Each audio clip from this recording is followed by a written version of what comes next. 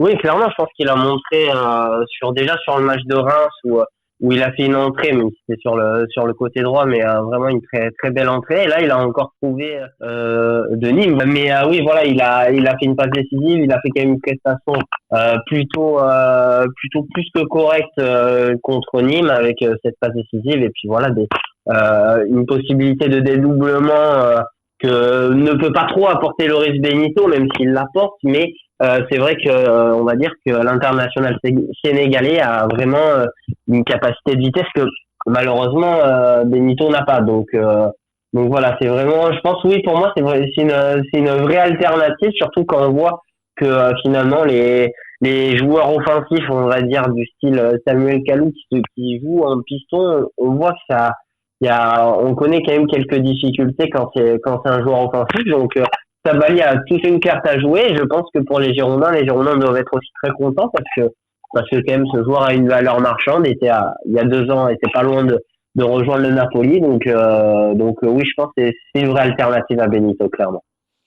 Alors pour le moment, c'est un peu compliqué parce que Sabaly il a qu'un match et des poussières avec Reims dans les pattes. Il fait un gros match contre Nîmes, mais comme toute l'équipe.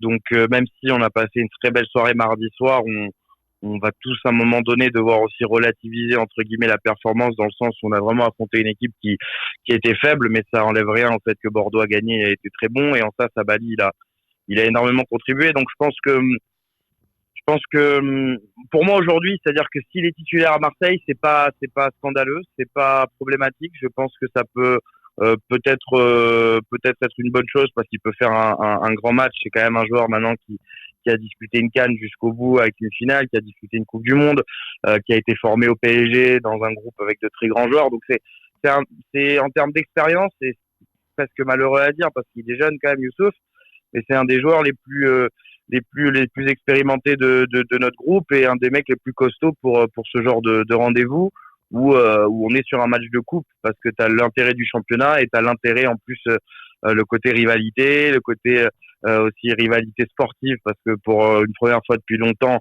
tu t'affrontes à ce moment-là de la saison pour des bonnes places. Donc ça faisait aussi longtemps que c'était pas arrivé. Je crois que la dernière fois c'était Gourvenec Garcia pour la 5-6e place. Donc Sabaly peut avoir des arguments. Maintenant, moi, je pense que Sousa, c'est quand même un homme de continuité, que Benito a ses automatismes à ce poste-là, et aussi du coup avec la défense centrale, parce qu'on va pas avoir la même adversité offensive que face à Nîmes. Donc moi, je pense que Benito part quand même avec l'avantage de l'habitude et d'être le titulaire pour l'instant à ce poste-là. D'accord. Mais je trouverais pas ça problématique que Sabaly soit titulaire. Au contraire, je pense qu'il peut apporter quelque chose aussi d'intéressant.